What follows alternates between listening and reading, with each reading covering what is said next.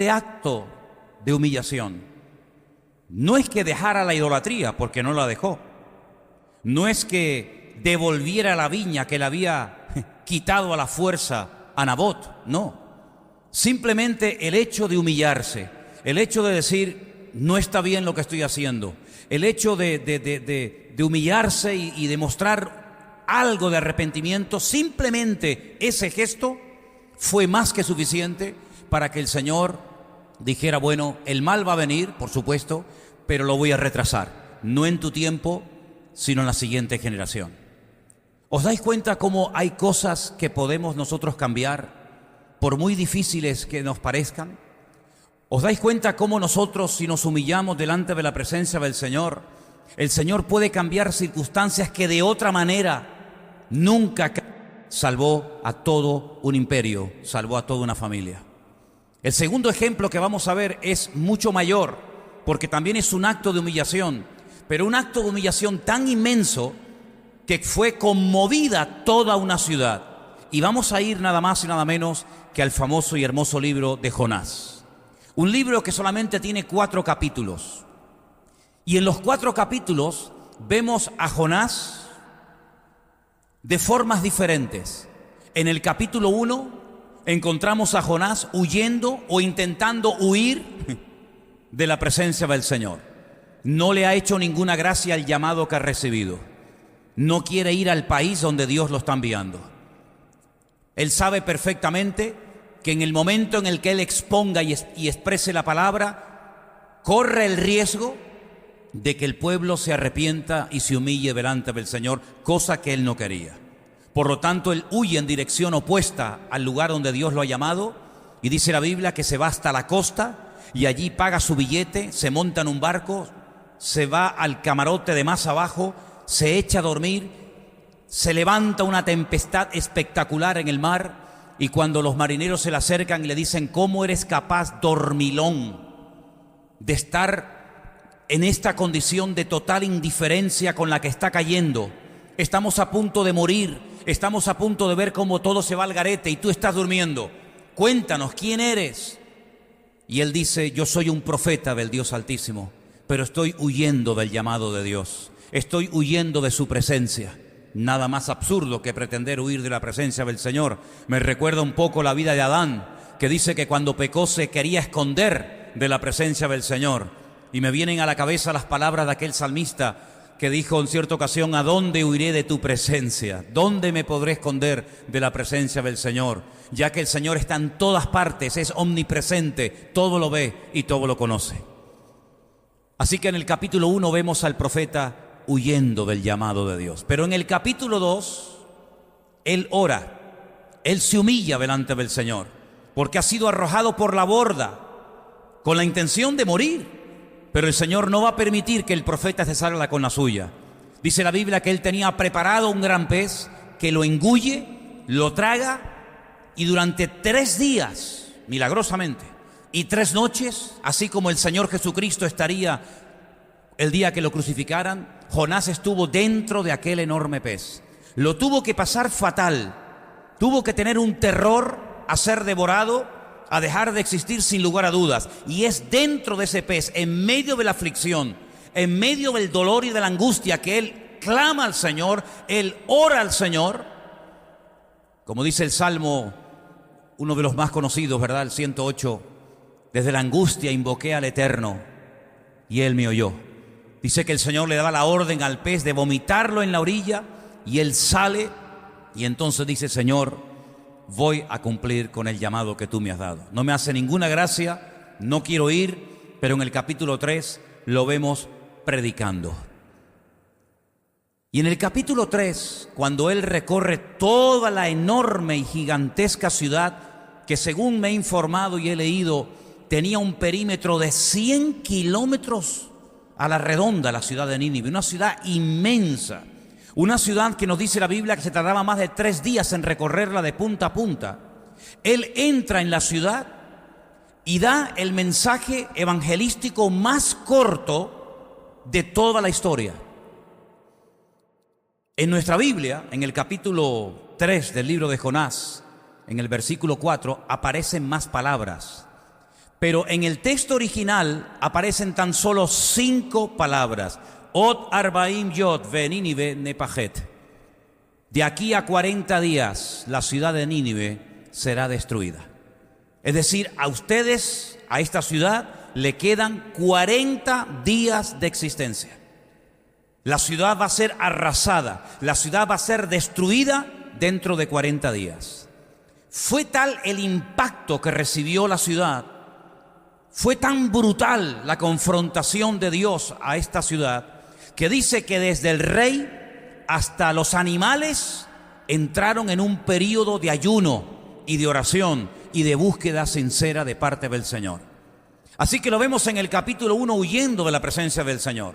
Lo vemos en el capítulo 2 orando, en el capítulo 3 predicando y finalmente en el capítulo 4 lo vemos aprendiendo lecciones que nunca en su vida ni él ni ninguno de nosotros deberíamos de olvidar.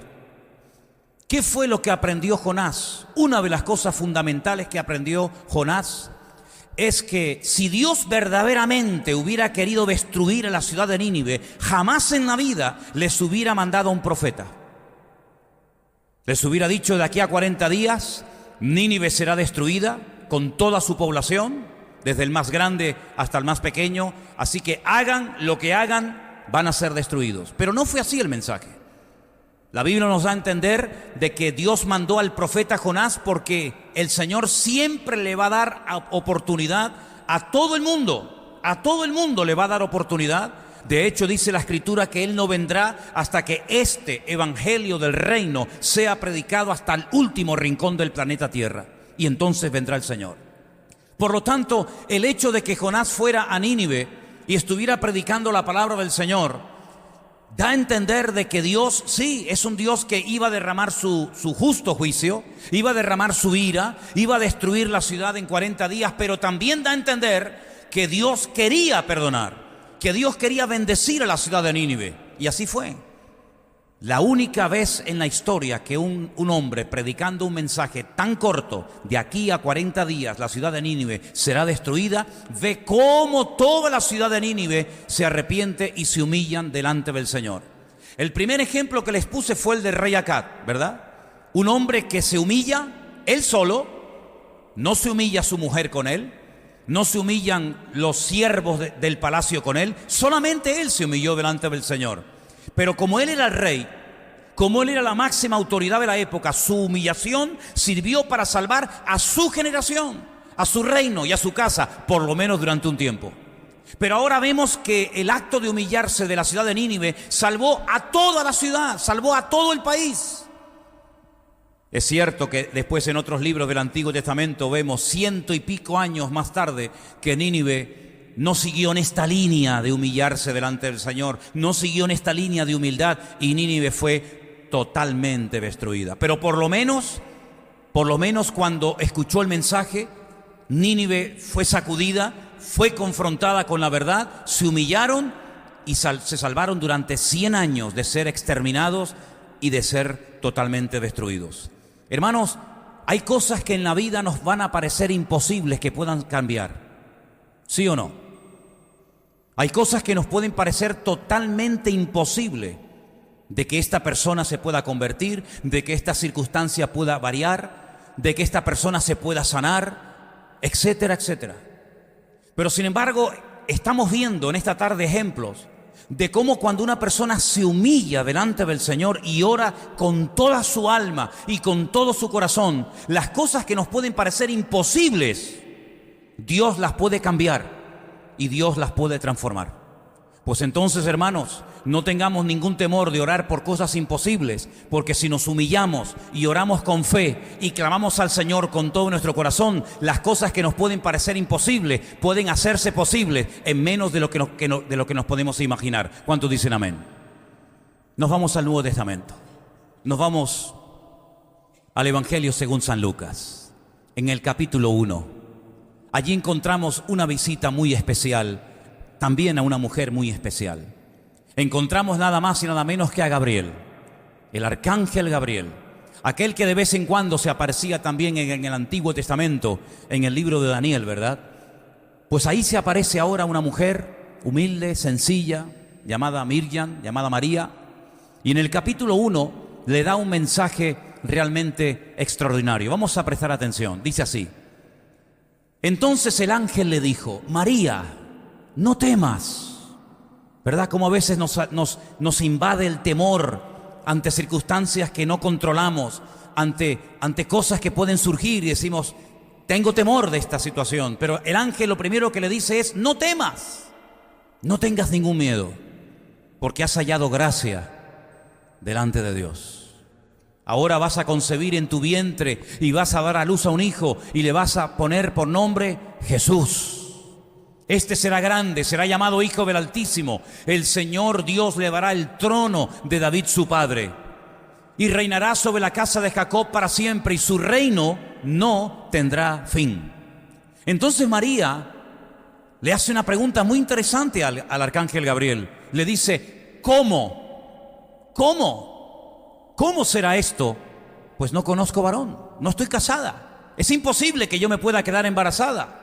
Estoy comprometida con un hombre que el día de mañana hemos acordado en nuestras familias que se va a casar conmigo, pero de momento no estoy casada. Y tú me estás diciendo que voy a ser la madre del Mesías, que voy a tener el privilegio de parirlo, de concebirlo, de tenerlo en mi vientre.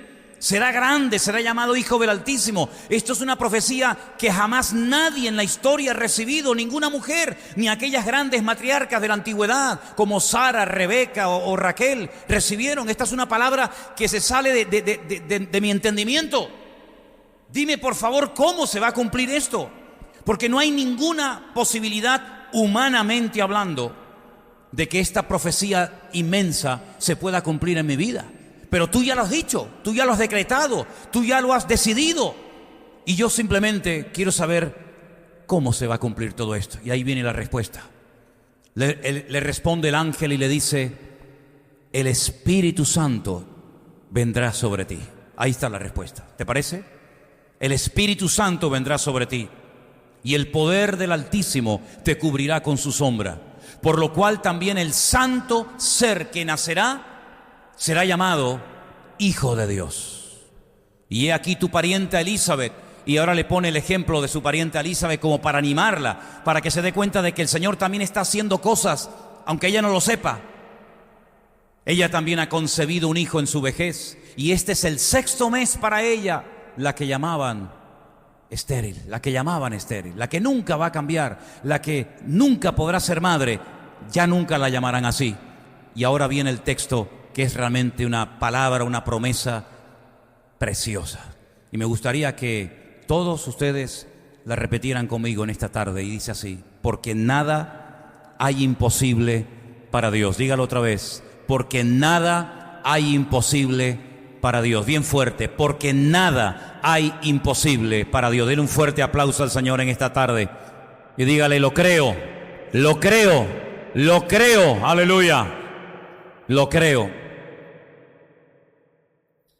Acab cambió el destino de su país. Su tiempo fue salvado, protegido milagrosamente, porque él se humilló delante del Señor. Nínive no fue destruida en el plazo de 40 días. Pasaron 40 días, 50, 80, 90, 100, etc. Y Nínive permaneció y no fue destruida, porque desde el rey hasta el más pequeño todos se humillaron delante del Señor. Ahora María se humilla, aceptando la voluntad de Dios, aceptando el menosprecio, las burlas, las críticas, los comentarios, todo lo que se ha dicho a lo largo de la historia y todo lo que se sigue diciendo a lo largo de la historia y en el tiempo presente sobre si esto fue un engaño, si esto realmente fue así, si esto fue un acto de infidelidad por parte de María, etcétera, etcétera. Sin embargo, todos sabemos que cuando ella acata, cuando ella acepta la voluntad de Dios para su vida, la respuesta despejó toda duda. Te preguntas cómo, nunca ha sucedido, no puedes mirar atrás y decir, esto ya le pasó a otra mujer, por lo tanto no hay problema. Si ya le pasó a otra mujer, ¿por qué no me puede pasar a mí? ¿Verdad? Cuando por ejemplo Rebeca era estéril, tenía la fe y la confianza de que si se oraba por ella, ella podía ser madre, porque ya la anterior matriarca ya había sido sanada de esterilidad, Sara, ¿verdad? Y Raquel también, y Ana después también lo fue, y ahora Elizabeth también. Pero lo que le va a pasar a María no le ha pasado a nadie, ni le pasará jamás a ninguna otra mujer de la historia. Por lo tanto, ella se preguntaba ¿cómo va a suceder todo esto? Son palabras demasiado hermosas, es un futuro increíble. Me llamarán por toda la historia bienaventurada. Tendré el privilegio de tener al Mesías dentro de mis entrañas. Y después todos sabemos que vivió 30 años en la casa con ella. ¡Qué privilegio, qué honor! ¿Cómo se va a cumplir todo esto? Yo no tengo capacidad humana para entender semejante proyecto. Pero el Señor le dijo, el Espíritu Santo vendrá sobre ti y Él se va a encargar de hacer lo que tú ni nadie pueden obtener, porque nada hay imposible para el Señor. Ella tuvo el privilegio de tener al Mesías en su vientre, de parirlo, de criarlo, de amamantarlo, porque se humilló delante del Señor y aceptó la voluntad de Dios. Pero hay un ejemplo que es el más grande de todos.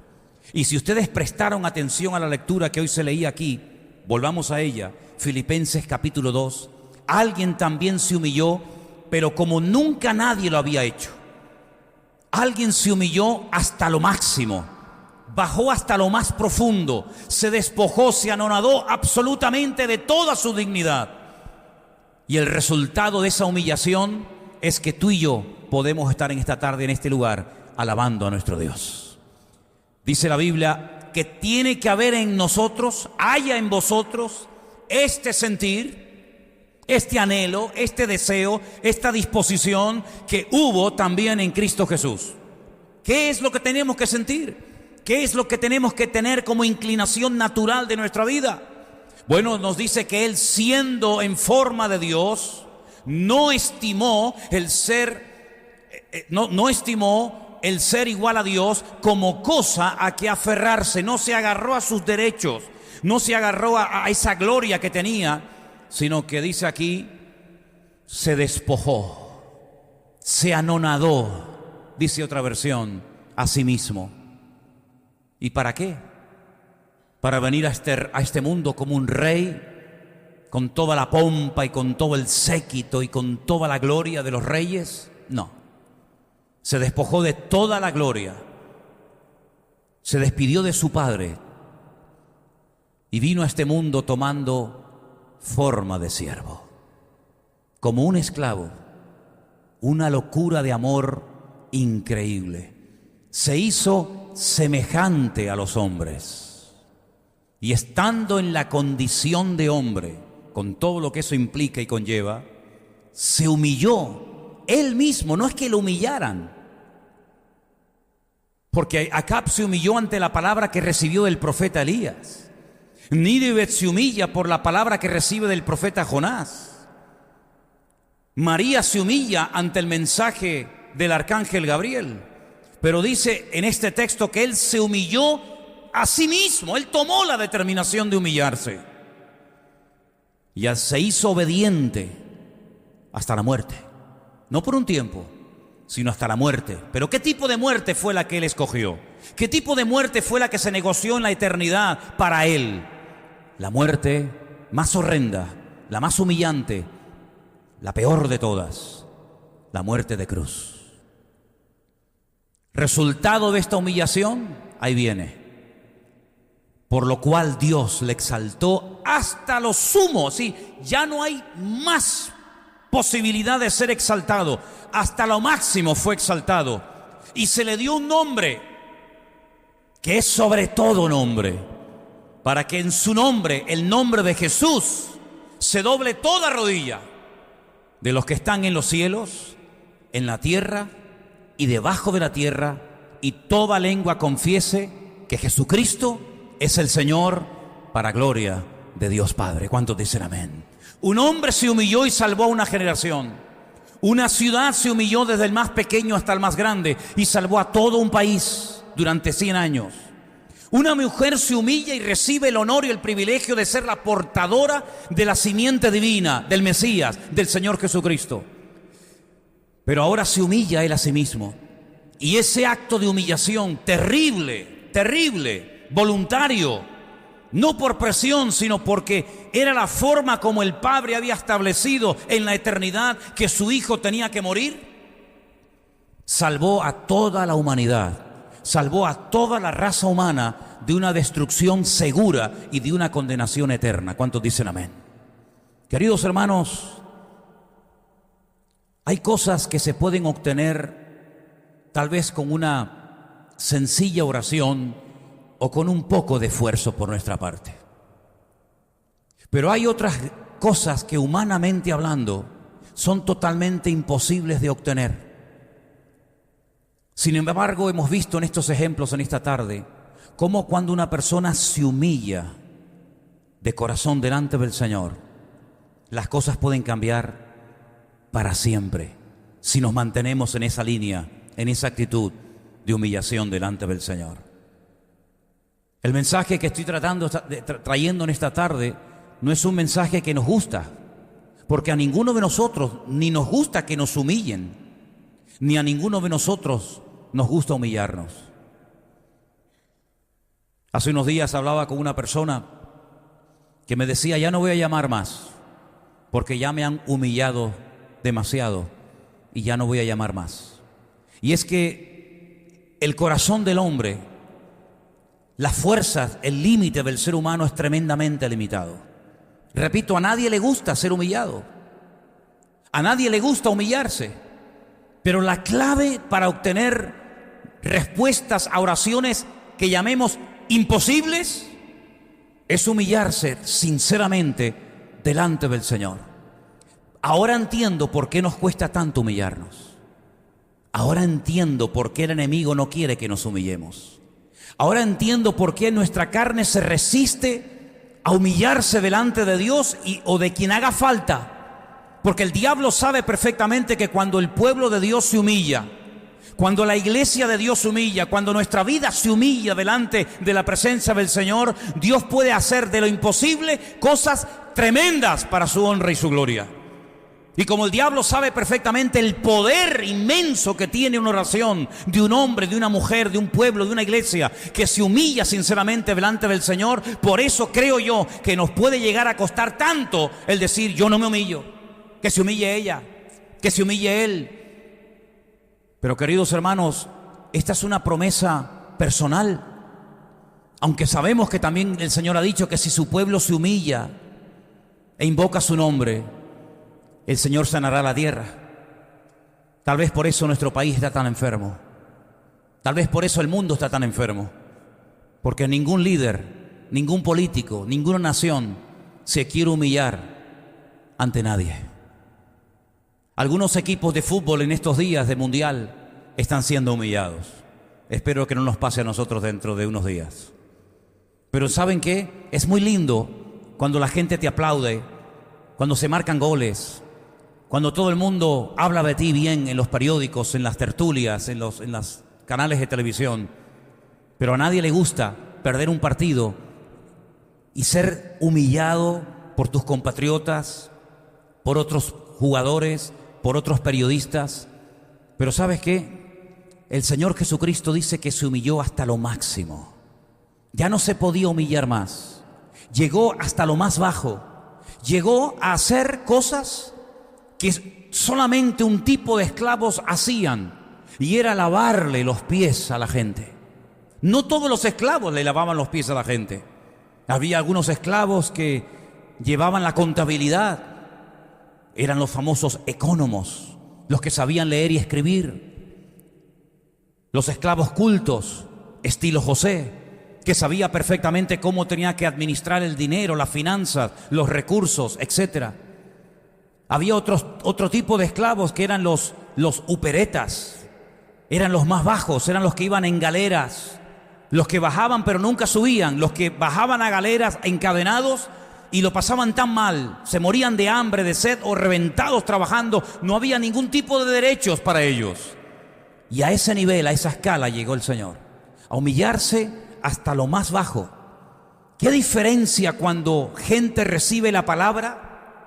Cuando pueblos, cuando naciones reciben el mensaje y no quieren humillarse. Y les pongo el ejemplo del diluvio. ¿Os acordáis? 120 años. Nos puede parecer una barbaridad, pero es lo que dice la Escritura. 120 años estuvo un predicador advirtiendo al mundo entero de que vendría el juicio de Dios. No fueron un día ni dos, fueron muchos años. Y no solamente fueron sus palabras las que trataban de convencer o de sacudir o de confrontar al mundo, sino que además lo veían metido a él y a sus hijos y a toda la familia. Lo veían metidos, lo veían involucrado en la construcción de un barco inmenso. Y seguramente lo utilizó como botón de muestra diciéndole, esto lo estoy construyendo porque creo que viene el juicio de Dios. Esto no es que no tengo otra cosa que hacer en la vida. Este barco, este transatlántico inmenso que estoy haciendo, que me va a llevar muchos años terminarlo, no es que no tengo otra cosa que hacer en la vida más que construir barcos en medio del desierto. No, esto lo hago porque creo que lo que Dios ha prometido y lo que Dios me ha dicho se va a cumplir. Viene un diluvio. Tarde o temprano los crímenes, los asesinatos, las violaciones, todo lo que estáis haciendo va a subir un juicio terrible de parte de Dios. Prepárense. ¿Cuántos se convirtieron? ¿Cuántos se humillaron? ¿Cuántos reconocieron que aquel mensaje podía ser cierto? Podía ser verdad. Ni uno. Milagrosamente sus 3 hijos, Sem, Can y Jafet, con sus esposas y su esposa, creyeron al mensaje del Padre. Y solamente 8 personas después de 120 años. 120 años para ganar, sin contar él, a 7 personas.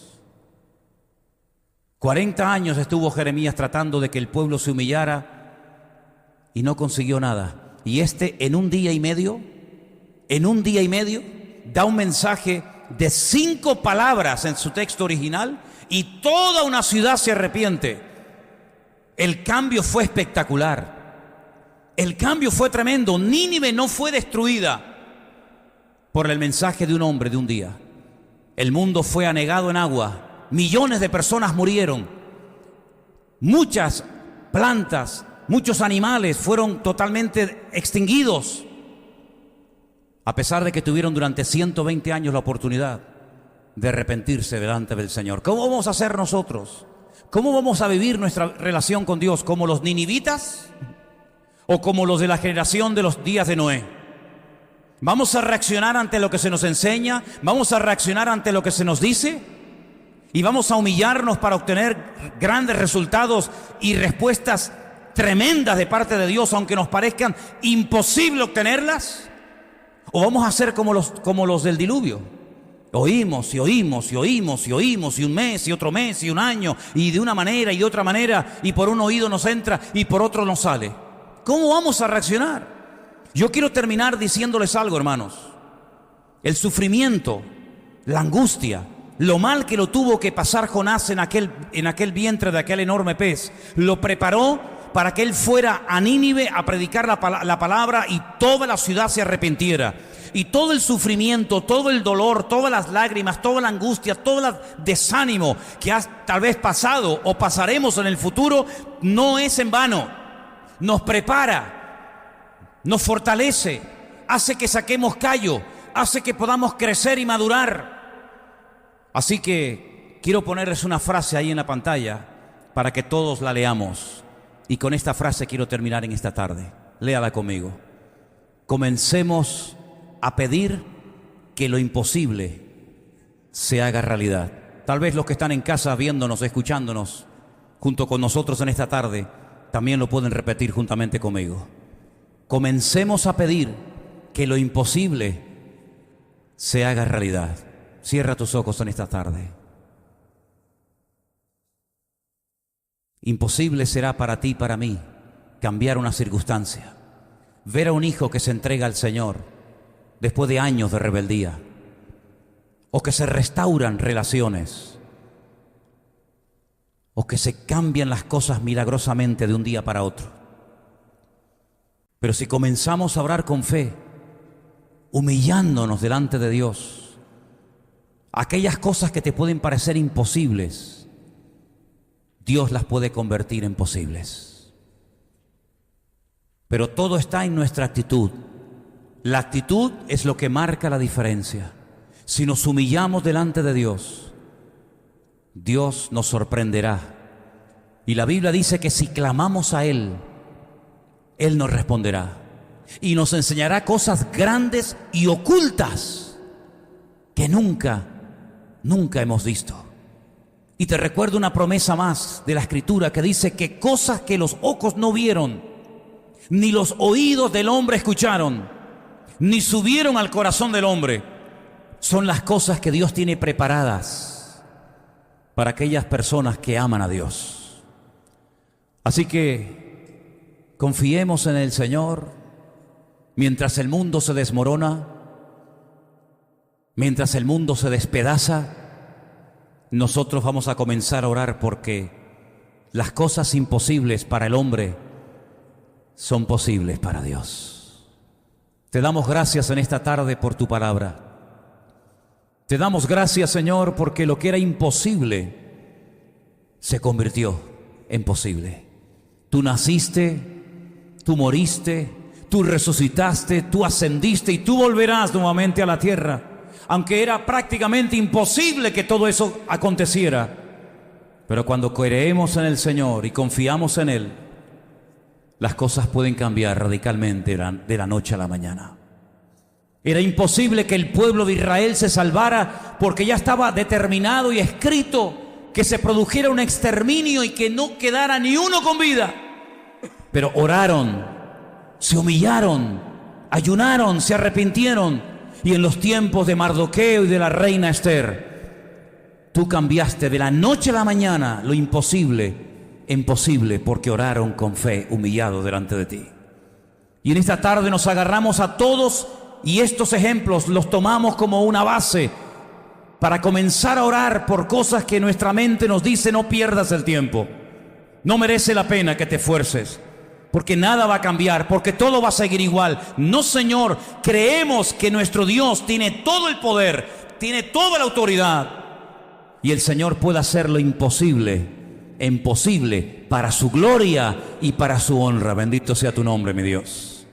Ayúdanos y fortalece nuestra fe para que no importa las tormentas y aflicciones por las que tengamos que pasar, aprendamos, Señor, a temerte, aprendamos a servirte y aprendamos sobre todo a tener expectativa, que nuestra vida nunca pierda la expectativa, la visión espiritual, porque por falta de visión muchas cosas no se llevaron a cabo. Por falta de fe y por falta de visión, países no se conquistaron, enemigos no fueron derrotados. Pero nosotros te pedimos en esta tarde, Señor, fortalece nuestra fe, Padre. Aleluya.